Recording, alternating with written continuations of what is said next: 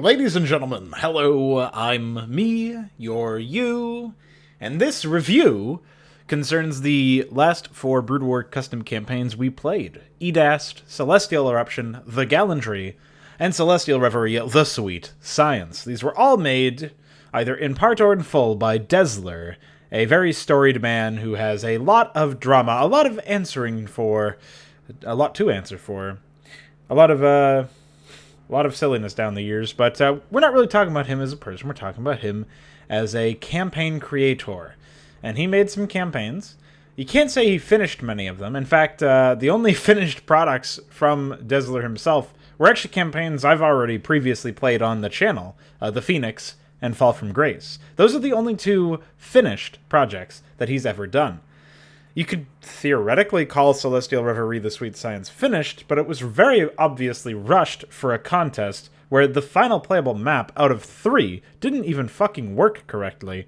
So, I guess maybe its story was theoretically finished, but I'm not necessarily feeling too charitable after playing all his campaigns. I'll put it to you that way. So I don't know if we can count that. I don't know if I count that as finished, especially when the gameplay was the way it was. The maps were just not quite feature complete, I would say.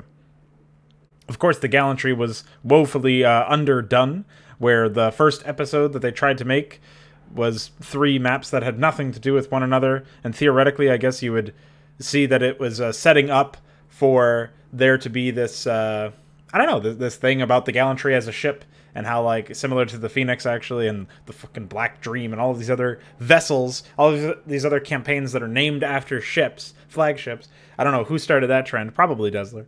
But, sure, maybe there's something being set up there, but it was never done. It was never finished. Why even release it at that point? Celestial Eruption, another campaign that was not finished, apparently was finished through text the same way that E.D.A.S.T was. So, despite being called the Celestial Stories, all of his campaigns are given that sort of parent project name. If you had to sort them into a folder, they would all go in the Celestial Stories folder. And despite each campaign in that folder, right, in that project, seemingly significantly disconnected, from every individual project here, doesn't really, feed into itself, doesn't have that interconnectivity that makes it feel like it's all part of the same narrative. Sure, maybe the same universe because of some shared characters, but beyond that, there's really no characteristics about this project, the series of projects that have anything to do with each other. It does seem like Desler wanted or intended the campaigns to comprise a connected narrative, to comprise something that was interwoven, that had, plot points that, made sense, and characterization that was consistent. But again, the fact that none of them were finished, I mean, that's pretty damning in and of itself. Of course, it's going to be very difficult to understand your narrative, to wrap your head around what's going on, unless you decide to read up on E.D.A.S.T and Celestial Eruption's endings, and then I guess write your own for the Gallantry, because that wasn't just... I definitely know that there was nothing on that one, so there's no way you could even finish that story yourself, unless you actually did finish that story yourself. So it seems like a lot to ask. When you're trying to get people to understand your stories, theoretically you want to actually have them be finished. And this is actually one of the only cases in my sort of career, my history, as a YouTube content creator, where I've played something where the vast majority of the installments of that something, of that series, were just flat out not finished. And so it is noteworthy because of that. It's noteworthy because of a couple of other things. Obviously, the individual campaigns have some noteworthy elements to them. But it's definitely like next level Bizarro world, where you're literally not finishing your campaigns, or doing so through text that I have to go find on the Campaign Creations website, now on the Wayback Machine, because that site's been down forever. So I don't know, man. It definitely seems like an ass-backwards way to tell a story, to finish a story, or not finish a story in the first place. There's really not a whole lot this campaign has going for it, I guess, is the bottom line. And that's one of the main things that I wanted to hit on before we start, because I'll finish this review, but I don't know if... I don't know, man. Maybe I should just cut it here. So, pretty much nothing with the actual campaigns, the released maps and chapters and whatnot that we did play, that we did get, nothing is consistent across any of them. The characterization of factions and individual characters stakes of the story, power levels. These are all crazy different and disparate. Like, you'll go through a campaign thinking one thing about a certain set of teams or a certain set of characters or a certain faction, and that will just turn on its head either in the same campaign, which can be sort of viewed as like character development or something, in a more seriously, a project that you could take more seriously, I suppose. Obviously, you can't really view that here, but especially across campaigns, it comes across more so that Dizzler just forgot certain details about his older stories, or he wanted it to be different, but didn't want to put in the hard yards to actually have that be characterized as growth, as development, as world building, and just the setting making sense within itself. It's definitely not as bad as the stories of Razorclaw X and Metatron, even though recency bias would lead you to believe that it was on par with those projects in terms of how often it jumped around. It definitely did jump around way too much. The viewports that we used to look into this universe were way too disparate, way too varied, and ultimately it never felt like it was a connected narrative, even within its own campaigns, especially like you look at the Gallantry, which is probably an edge case, I guess. But, Celestial Irruption having two different central viewports, but even within the different chapters where you have the Terran campaign, you start out with Koei Lance, and then you go into Graith and Narek, and you go on and bouncing around, and eventually you're with E.D.A.S.T, like E.D.A.S.T and Rhonda and stuff. Like, I don't know why that's all in that same, in that same group. Actually, E.D.A.S.T was told from the same viewport, I think, but again, it was like a 2-hour-long endeavor to actually play that, so doesn't comprise the majority of the running time, we'll say.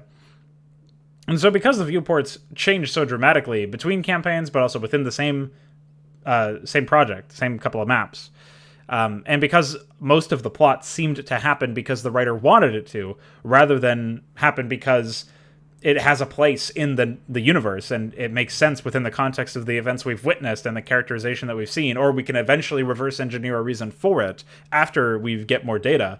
Like, there's never any point where the universe had a sense of verisimilitude or verisimilitude. I always forget how to pronounce that word and how to spell it, but if you look it up, it basically just means that things seem to have a place. It seems to be realistic. And the way that it's usually used in the vernacular of discussing, stories that are made by people, and not, the Bible. If you look at the way that it's normally like described, you'll basically get a sense that the bulk of, what people mean by it is that it doesn't necessarily have to be hyper realistic in the sense that everything would happen the same way if the rules of reality were applied to it. It's more so that it makes sense within the context of the story, the confines of the narrative and the setting. Like, this stuff isn't just jumping out at you and saying, "Hey, I don't belong here," sticking out like a sore thumb, which a lot of the stuff in this campaign series did. It stuck out like a sore thumb, man. Chop that shit off. Or just give it some ice, I guess. I don't know. But I think it doesn't help that Desert gets a lot of shit wrong about the universe his stories are set in. Like, StarCraft itself, he contradicts a lot of details about the StarCraft universe, and he's writing his stories within the StarCraft universe, and he's not giving us any indication that he has rewritten the races, their biologies, their hierarchy, their structure, their social ladder, whatever. Protoss eat and drink for some reason. They're mouthless. Like, even the Bob levels, which preceded most of Dizzler's campaigns, at least the ones that we went through. The Bob levels satirized this, and that was a widely circulated campaign that was even on Campaign Creations, so it makes sense, anyways, that you would think that there would be some understanding that, hey, this, maybe I should check the fucking manual at the very least. It was accessible to anybody who had an internet connection back then. You would think he would be able to do that, especially since he clearly owns the game. Zerg Cerebrits also seem to have a sense of honor. Zerg in general can evolve and mutate in bizarre manners that seem to contradict like, if you look at the frequency of mutations and how stuff like Utares and whatever the other, like that Zergling that we saw, like certain mutations are very clearly meant to be like very powerful, and you get that it makes sense on some level within the confines of that setting, but if you extrapolate the idea that Zerg can even create something like that, this fucking Utares thing that can just spawn billions of hunter-killers ad infinitum, like the real world ramifications of that within the setting of StarCraft are that there's like the Zerg had this basically a fucking super weapon that could just clone other super weapons, and you'd think, hey, maybe we should be using this in other battles that are way more important to the narrative of StarCraft, or the like have way more implication as to like who comes out on top and who is a real world player. Just they happen to be more important than the stories that Desler himself is telling.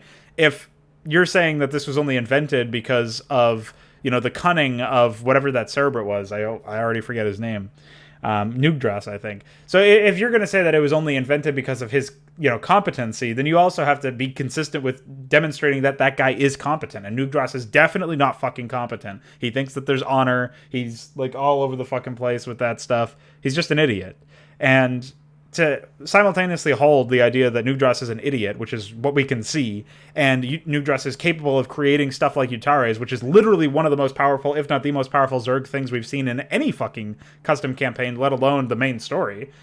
Like, to hold those two things simultaneously in your story immediately annihilates any sense of, again, verisimilitude. The idea that the setting is taking itself seriously and things within it are reasonable and realistic within the confines of that narrative, the confines of that setting. You don't have any of that in Desler's work, and this is just one of those microcosms, but it happens to contradict not only his own setting, but also the setting that he's building his stuff in, where, yes, we're also contradicting stuff within the Celestial Stories, and we have wildly varying power levels where Nugdras doesn't even use this stuff, even though it's his super weapon, it's his secret weapon, it's his whatever. Like, he's not even using it when he himself is actually desperate to win in other campaigns, like Fall from Grace, for example.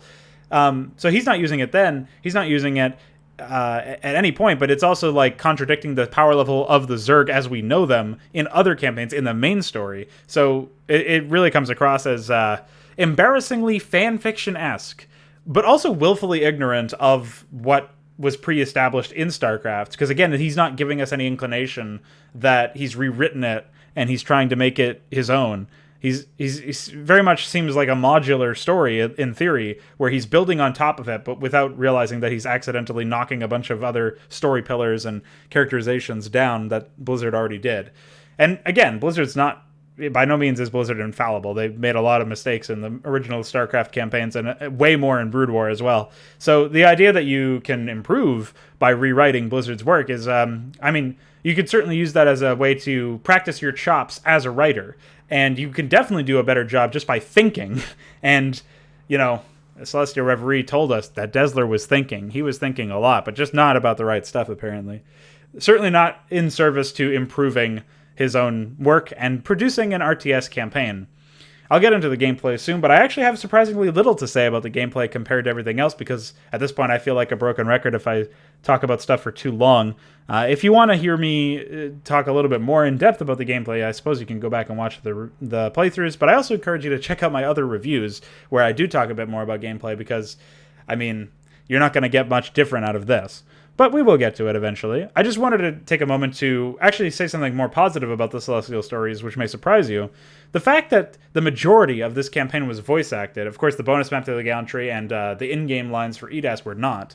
The majority of this campaign, this series of campaigns, were voice acted. That is an impressive standard. It does feel out of place because the rest of the series' quality is abhorrent or mediocre at best, but even though we definitely had some embarrassing deliveries and some out-of-place lines, and the script writing was terrible, if the community had followed in Desler's footsteps and made their campaigns with voice acting, no matter how bad that voice acting is, it would have improved.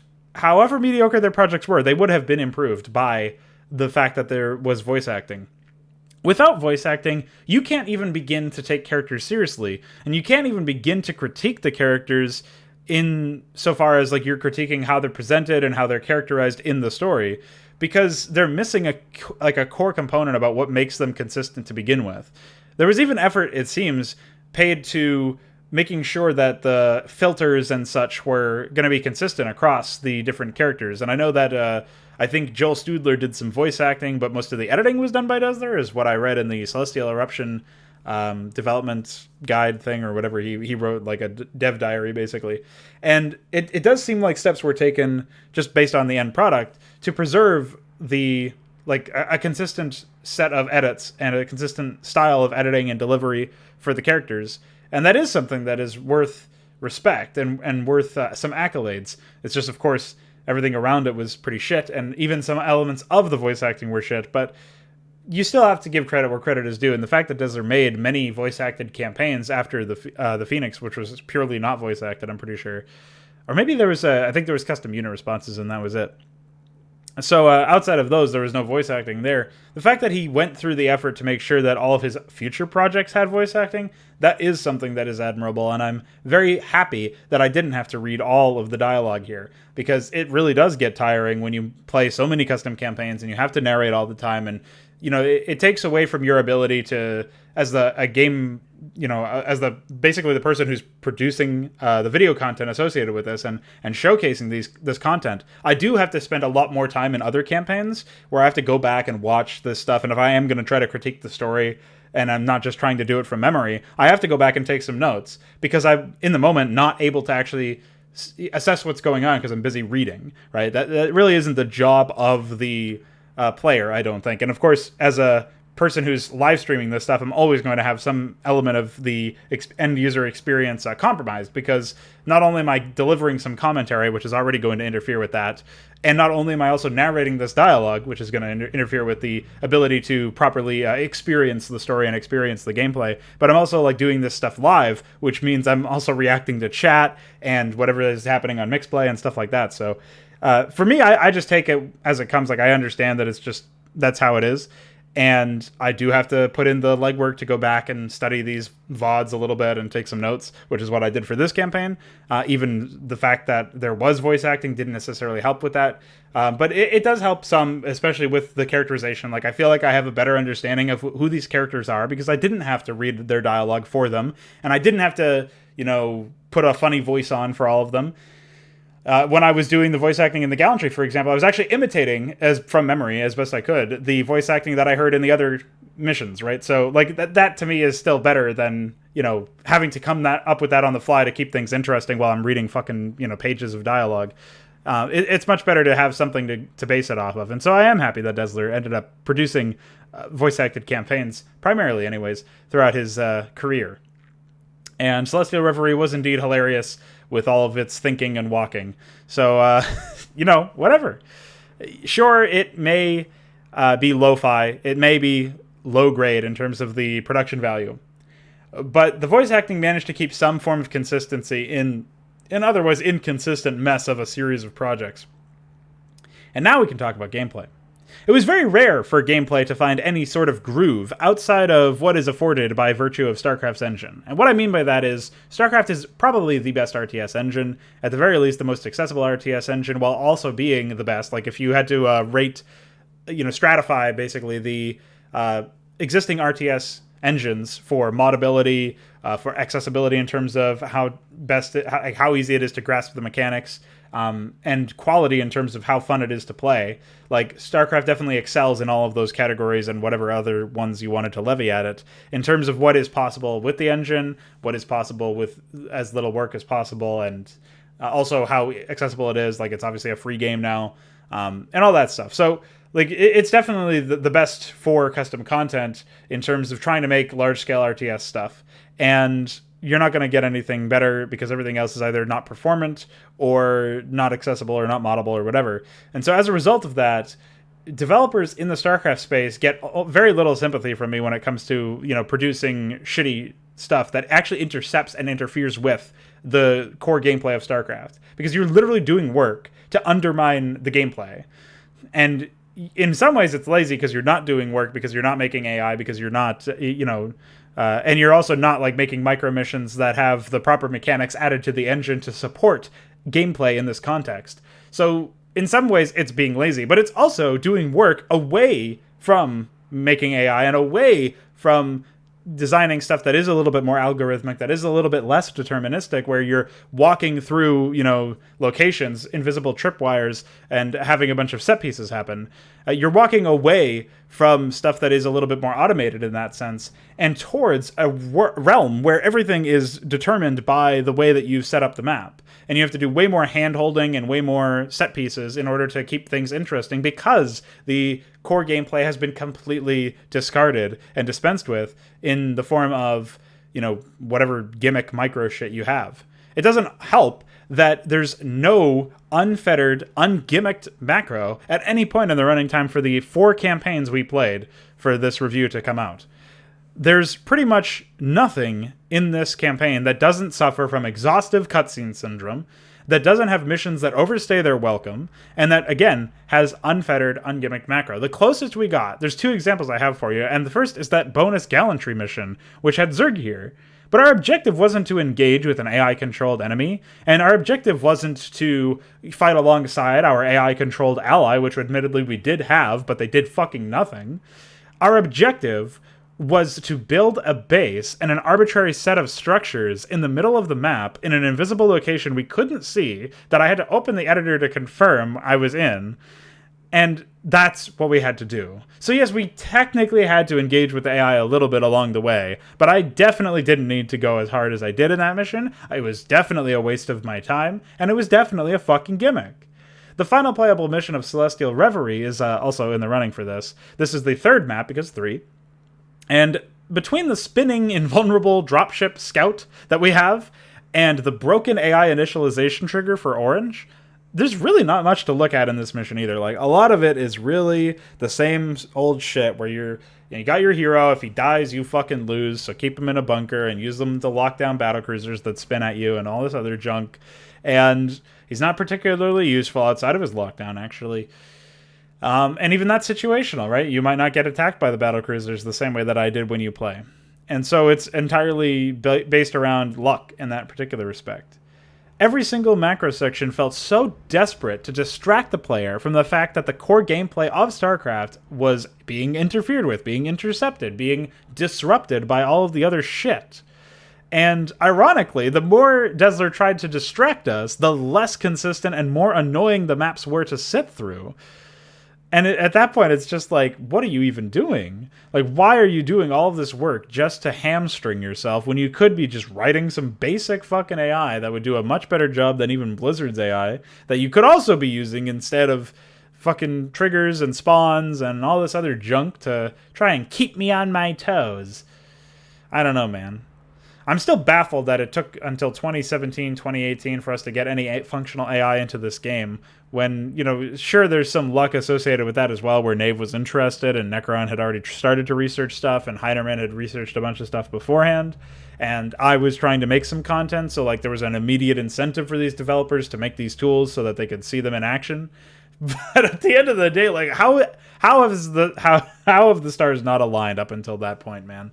Why is it that we either get fucking C++ Bwappy bots to smack ourselves in the head in melee maps, or we get fucking, the complete antithesis of macro gameplay in custom campaigns? I don't understand how, on the one hand, we have these AI tournaments, and on the other hand, we have players not being engaged with whatsoever. It's just gimmick central, man, no matter where you look. It's terrible. And so I'm definitely fed up with micro shit, but at the very least, again, the voice acting of these campaigns helped ease the burden. There's a little sugar to help the medicine go down, and in that case, it was hilarious. There's a lot of funny moments in these streams, and I'm glad that I was able to deliver some funny commentary along the way, and I hope that you guys had a good time, even if the content wasn't quality. I asked, for example, DF what I should play next, and he said something good. And I asked him, that exists?